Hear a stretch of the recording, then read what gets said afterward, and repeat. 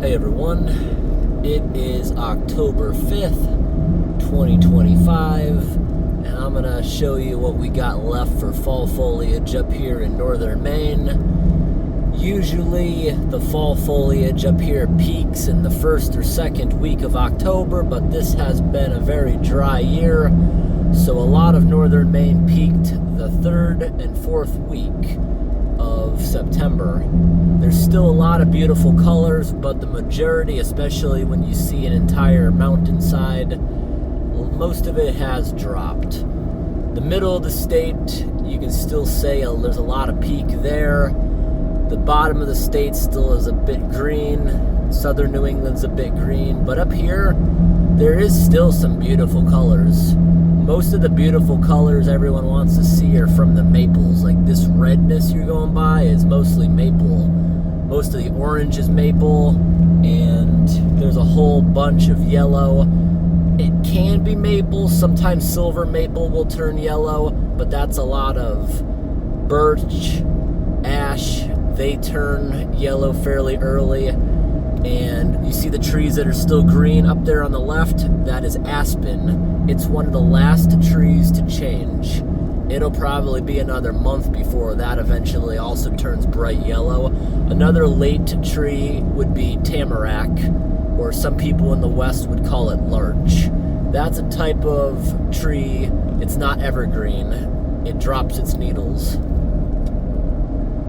People think it's just a dead pine tree in the winter. It just drops its needles and regrows every year, but those forests with tamarack look really, really beautiful.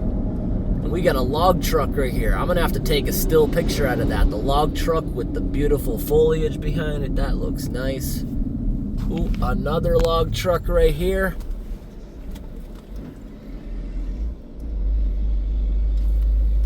That guy was not going to swing wide. He didn't know I was going to be there around the corner. That's why it's important to stop behind the white line.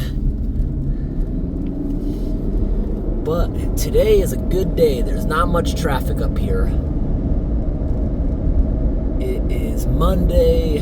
No, it's not Monday. Let me look. No, today is, it's Monday the 6th actually. I'm a day behind actually. Yesterday, Sunday, and Saturday was so much traffic up north here. The amount of leaf peepers coming out of the cities from New York and Boston all coming up here. There was traffic jams in the country. I took a ride up to the White Mountains, and some of the traffic was so bad, even on the dirt roads. It was unbelievable how bad the traffic was, because everyone was going up there to see what's left of the colors before it's too late. This week, today and tomorrow, yesterday and the day before, every day is in the mid-80s. You don't see that often in October, and that means it's great for recreation, it's great for camping, it's great for swimming. Super warm weather. That would be the upper 20s Celsius. You don't always see that. We had a similar year to this in 2020. It was dry, and 2020 was also very hot. This year it's not super hot. We have some nice warm days. It's very dry, but you don't see the evergreens, the spruces and pines turning brown like we did in 2020. They're holding up because it's not super hot, but it is pretty dry. I wish we would get some rain. We're supposed to get maybe almost an inch of rain on Wednesday, but that's not going to make the rivers or ponds fill up. It's just going to soak it all up because we so desperately need it. But that'll be nice that we get some rain. It'll put a little bit of an end to the dust storm. Yeah, we'll hit the dusty road soon. I actually got the kayak up on the roof right now. If you can hear that vibration, a few of the ratchet straps like to vibrate. That's why I double them up in case one of them ever started fraying. You don't really have to worry. The top of my car, I use the J-hooks for kayaks, but they've been up there since I was a teenager, so they're kind of rusty, so I don't trust them. I have a strap going through them as intended, and I also have one that's directly connected to the car so there's no accidents. I don't like to have things up on the roof unless I really, really secure them. But compared to this weekend, there is not a single tourist on these roads. They are empty. That's why I decided to go up here on Monday, because this weekend, the kind of places we're going to go kayaking, they probably would have been crowded. Shouldn't use the word crowded, because we're going to drive out into the wilderness, but there still would have been people, and during dry weather, it would be a dust storm. But I really hope we get to see some of the logging trucks out on the dirt roads. That'll be kind of fun to watch them make dust storms that are so bad you got to pull over a couple minutes before you can start moving. It's just such a big cloud. But that'll be fun.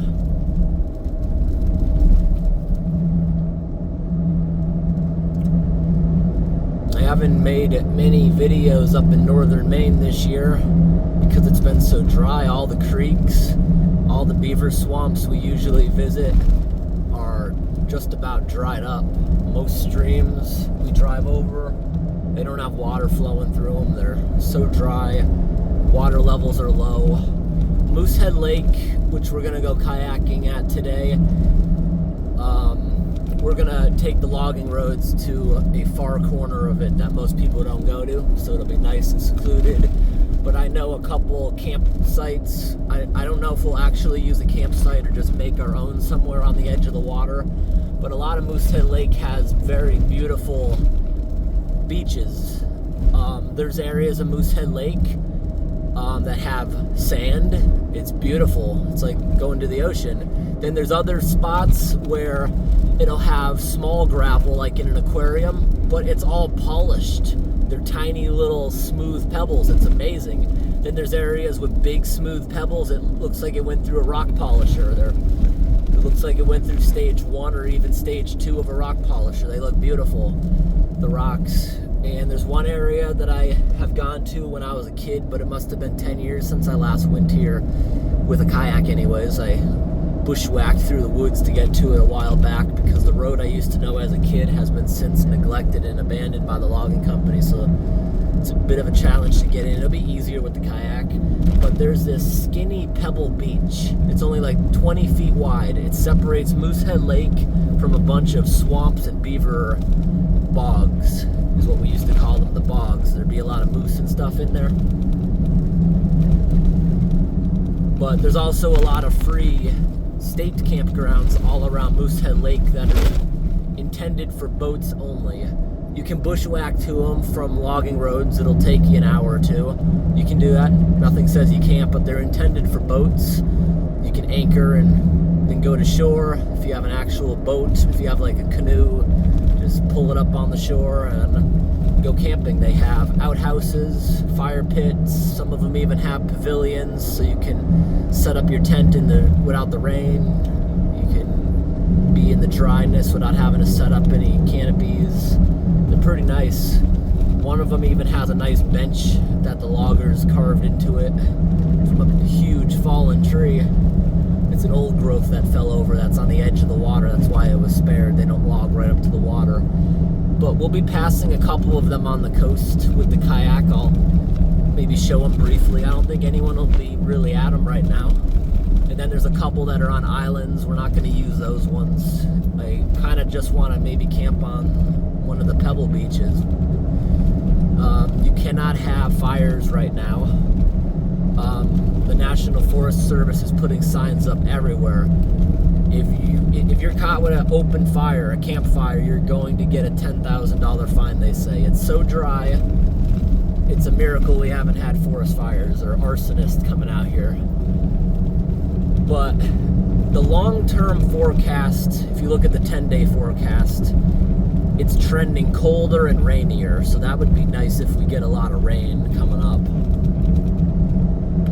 But it being a drier year, it might be fascinating if it gets really cold without snow. I love really clear frozen ponds. That'd be kind of cool to camp on a clear frozen pond with absolutely no snow. We haven't had a season like that in a while. That's kind of interesting to see too. But whatever happens, we'll make the best of it. This road's actually a lot prettier than anticipated. When you look at the fall foliage map and it says this area is past peak, that's just an average.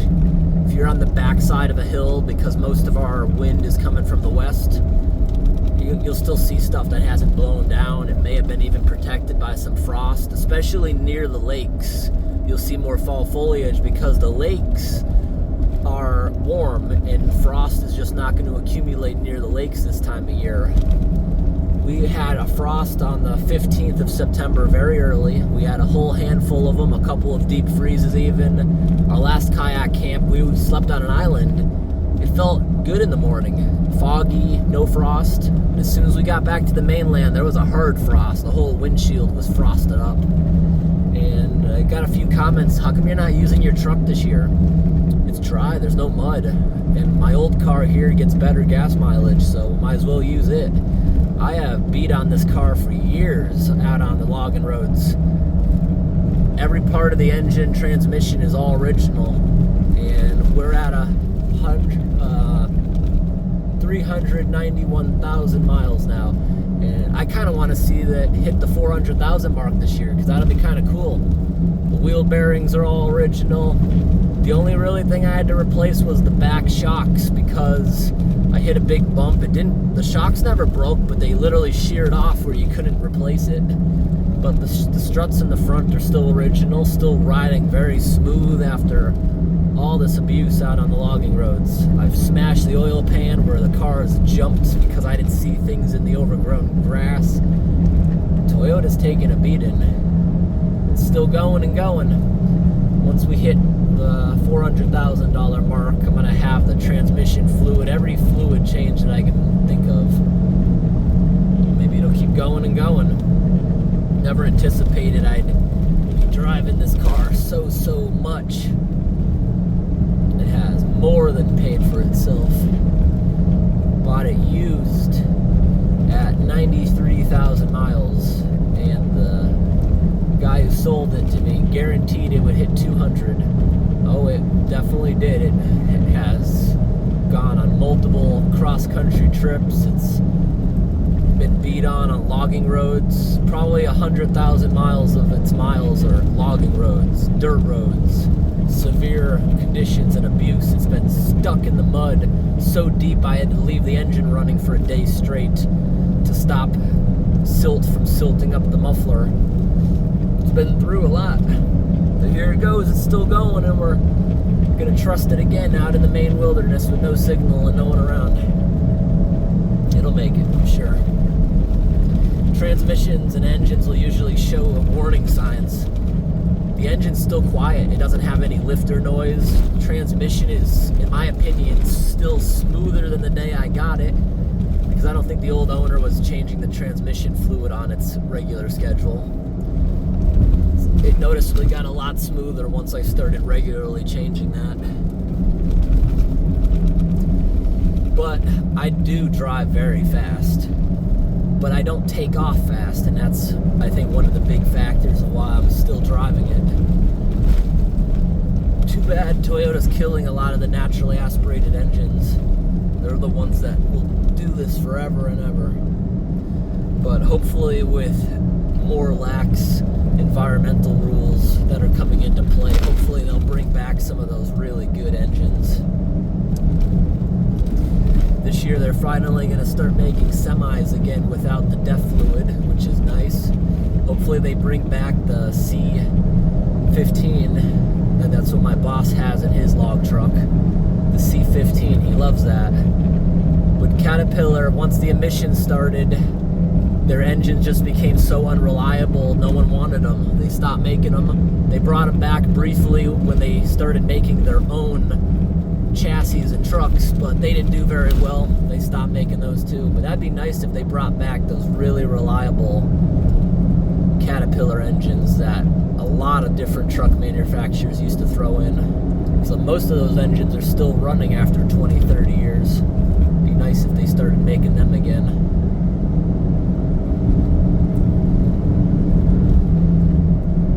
That's what my boss drives for his semi when he chooses to bring logs out himself. He drives the C15, he says, with the 18 speed. He let me drive it since I got my learner's permit, and it's fun to drive, but I'm not good at shifting the manuals yet. I want to find a similar truck like that someday. That'd be cool, because when it's mud season and there's no logging, just take jobs from brokers and go across the country. It's additional income while making YouTube videos on trips. That'd be fun.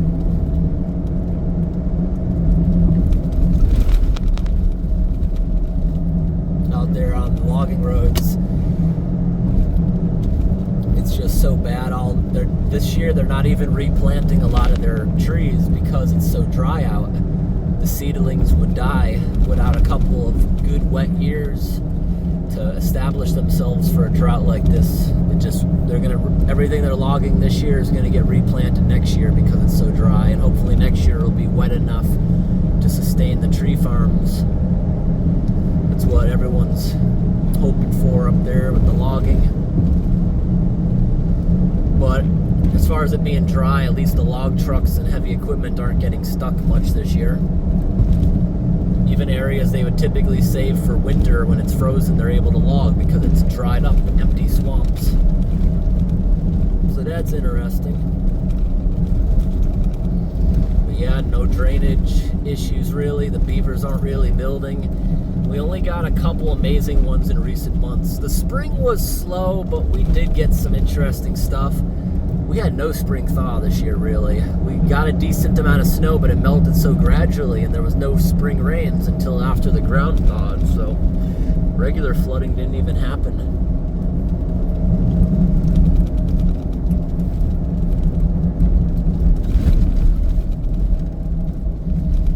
But sometimes it's really fun to just go on a ride along with the boss. He does not take any BS from the tourists. There was this one guy that was just riding the bumper of the log truck, and you could see him in the mirror. You could see him going back and forth, very angry that the log truck was going slow. Log trucks are usually the ones speeding out there. It's their roads. They can go twice the posted speed limit if they want. They own those roads. You legally have to pull over for log trucks in the state of Maine. But this one guy back there, and of course it had to be a Subaru, it usually is.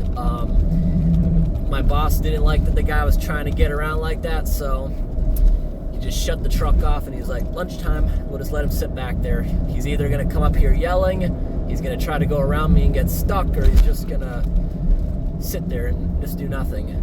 But he chose option A, came up there and started yelling, and he threatened to call the police on the boss man. And the boss, who is really funny, he says, okay, go ahead, call the police. I'm not afraid of them. I'll have them trespass you. This is my road. And the person started going nuts. It's just hilarious how entitled some of these people think they are. They're out on logging roads at their own risk. They're a guest on those logging roads, but yet act like that. And then you have all these city people that go out there leaving negative reviews on how dusty the roads are, the bad conditions of the roads. It is a privilege that you get to drive the logging roads. Those logging roads are all private property. You're lucky to even be able to go out there. They're maintained for heavy-duty trucks, not your low-clearance city car, and you leave all these negative reviews. Even some of the rural campgrounds that operate out there are full of negative reviews for the road conditions they're not even responsible for. Their cars are dusty, their cars are muddy, they complain about that. And yeah, but whatever. We just will laugh at those people that do that kind of thing. It's quite entertaining.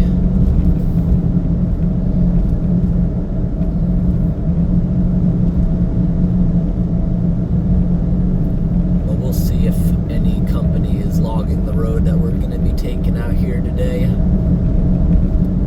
That'll be fun. I think this is the longest time I've ever gone since I've had my driver's license without visiting northern Maine.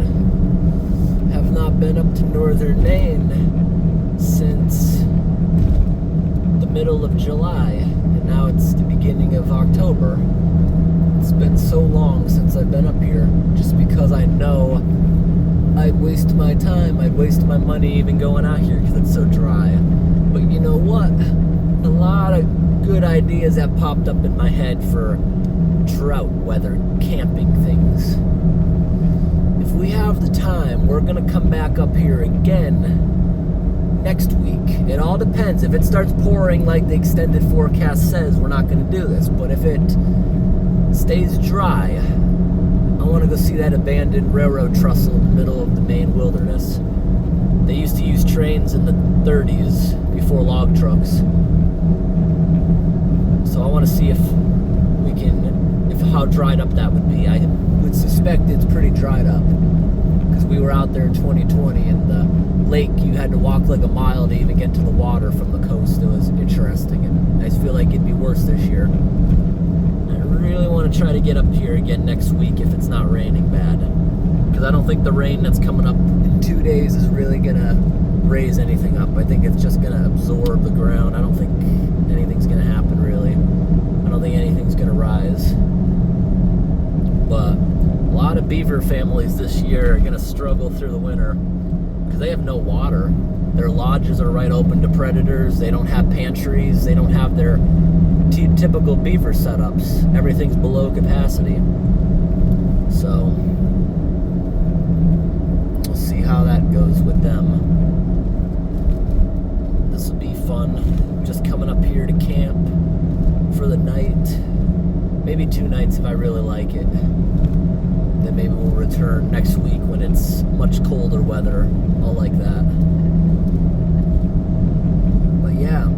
See, a lot of the trees are bald, they're past peak, but that road we just traveled, that actually had a lot of really, really beautiful foliage. And I'll end the video here. I just wanted to show a little bit of color. Ooh, I never noticed that before. Out there in that field to our left, I don't know if that showed up on the camera if you go back like 10-15 seconds.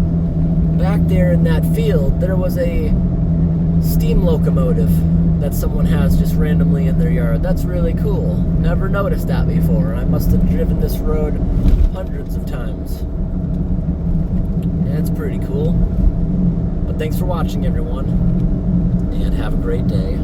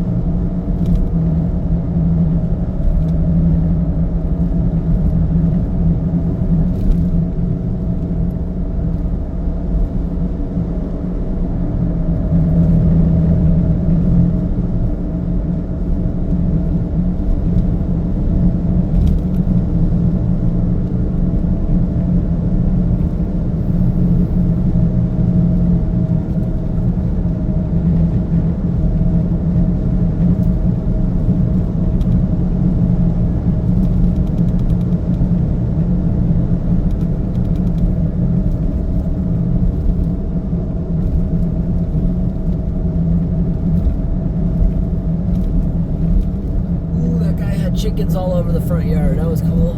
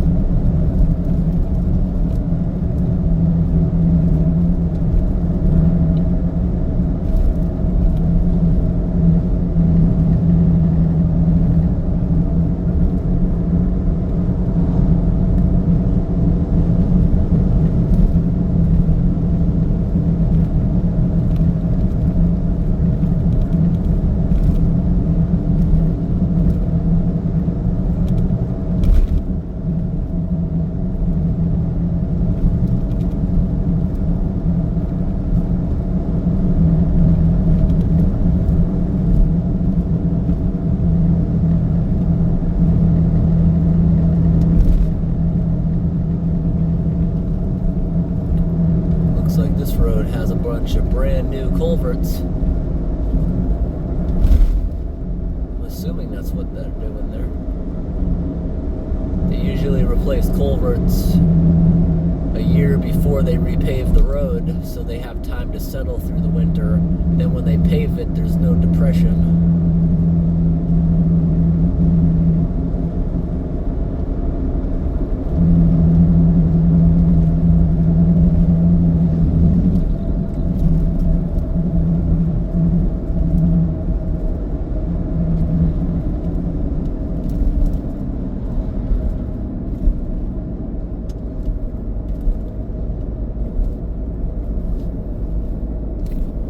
Area here, I gotta be careful. One time I was driving this, I couldn't believe it. In the middle of the night, somebody's pet geese was in the middle of the road. Not like a Canada goose, but these big white geese with orange beaks walking around in the road in the middle of the night. It was kind of sad that they're out there in the middle of the night like that. We got construction working on the phone line, it looks like.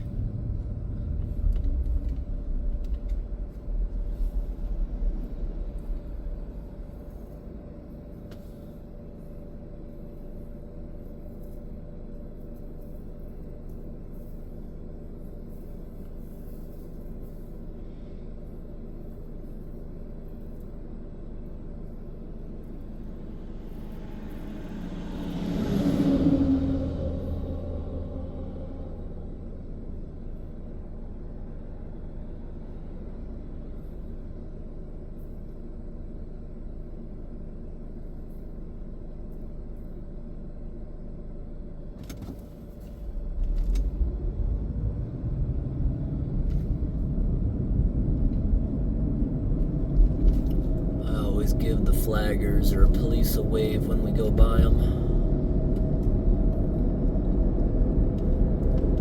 That's a cool rock sculpture.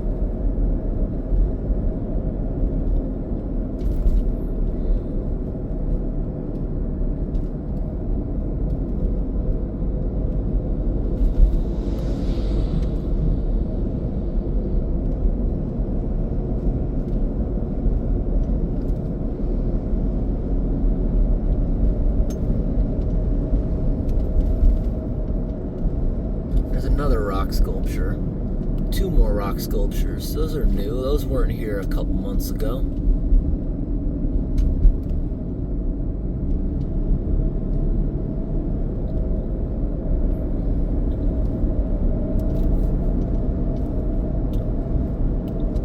Apparently, in January, I can peel my inspection sticker off and not have that in the windshield anymore.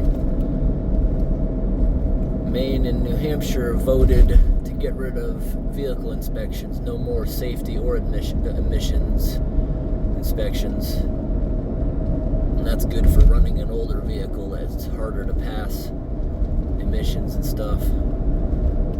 Something like a vehicle inspection is important because you have a lot of dumb people on the road.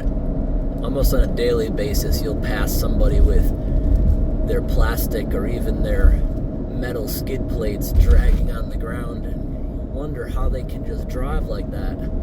I have metal zip ties, I have a bunch of things, so if like even a muffler was to fall off, I could temporarily string it up instead of driving like that, or at the very least I would disconnect it, or if it's a total loss, just cut the muffler off until I could get home. But you see a lot of people that just, they don't know anything about their vehicles. So that's the one worrying thing that I had arguments about in my comment section the last time I brought that up. You know, most states don't have that stuff. And I know in Canada, a lot of provinces have got rid of that stuff because they found it better to not have it.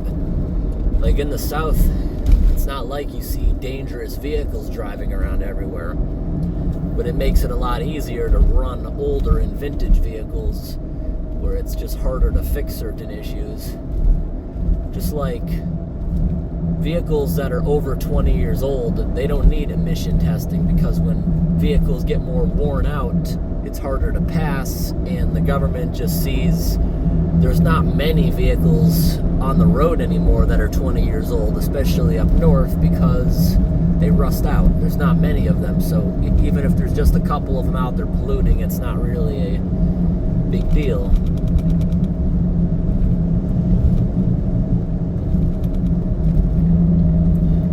They recently got rid of all those inspections, but because of the roads I drive, I usually have my mechanic inspect my vehicle multiple times a year. Safety checks that I just willingly do.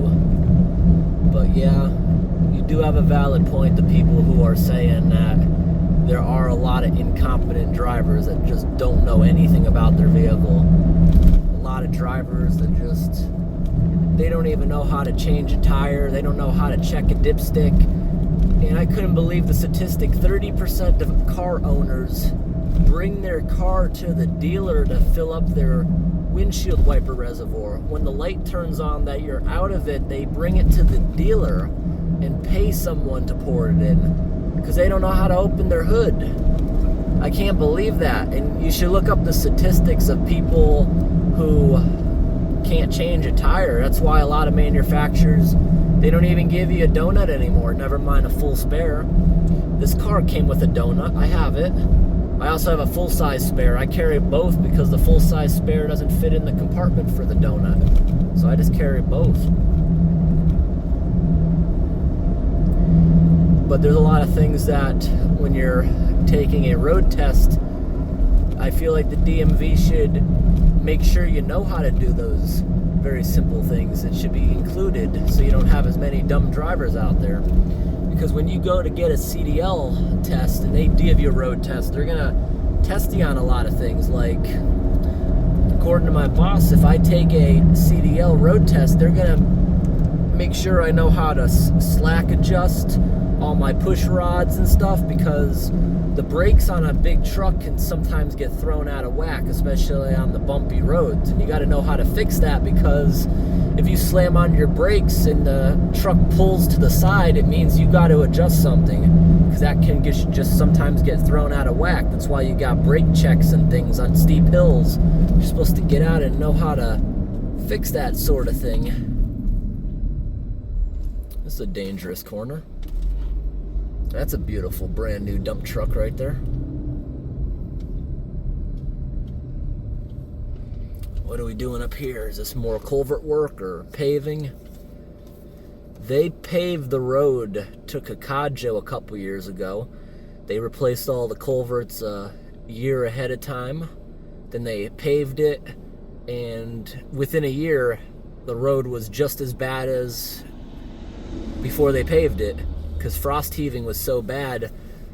But you know, pavement's a lot better than having dirt, even if it's a little bit potholey, especially during the dust season. But the only way to get rid of the frost heaving problem is you need to elevate the road so it can't freeze down to the water and expand. If you have a lot of dry fill and rockiness under your road, if you raise it way up, it won't have those problems. That's why when they redo roads, like rip the whole thing up, do regrading and everything, they make them so high up because it prevents that kind of thing.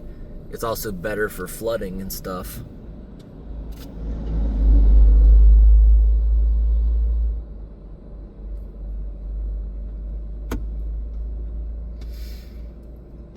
I want to see what they're doing up here.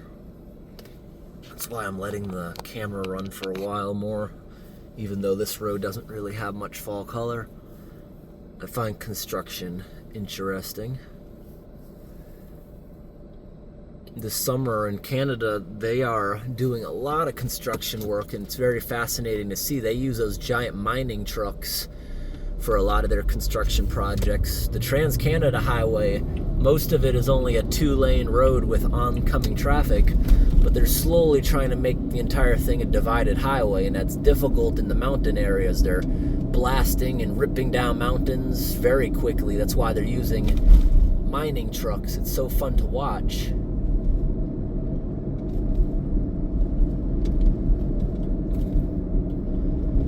Really, really cool big trucks and stuff, and they're replacing like 50 miles at a time. So you'll have these very big dust storm areas with bumpy roads. and there was a few times you'd have to wait for like a half an hour. You'd be stuck at one of these areas where they're single laning it. You'd get stuck for a long time because they gotta stop everyone just in case something went wrong. They're blasting mountain. Usually when they blast a mountain, rocks they don't go flying or anything, but it could in a rare accident. That's why you can't have traffic going by when they're blasting. They'll put the blast mats over it, which are made out of old tires, and that's supposed to stop it all. It almost always stops it all, but just in case, that's why you don't have that.